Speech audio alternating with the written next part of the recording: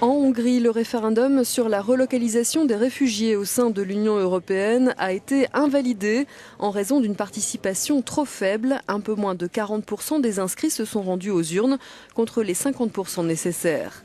En revanche, plus de 98% des votants se sont prononcés contre le plan de Bruxelles sur l'accueil des réfugiés. Viktor Orban refuse donc d'admettre qu'il s'agit d'un échec. Bruxelles ou Budapest, c'était ça la question, et nous avons décidé que la question migratoire relevait de la juridiction de la Hongrie. Maintenant, est-ce que Bruxelles, est-ce que la communauté démocratique de l'Union européenne peut imposer sa loi à un État où plus de 90% des votants l'ont rejeté? Eh bien, je promets de faire tout ce qui est possible pour éviter que cela se produise.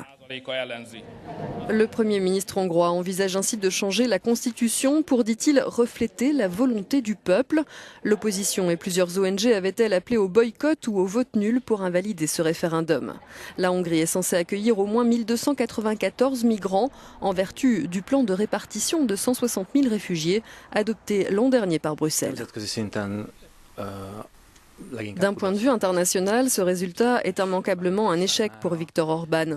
Un référendum invalidé ne lui permet pas d'exercer une pression sur l'Union européenne, estime ce politologue. 400 000 migrants ont transité par la Hongrie l'an dernier avant que le pays n'érige des murs de barbelés pour empêcher leur passage.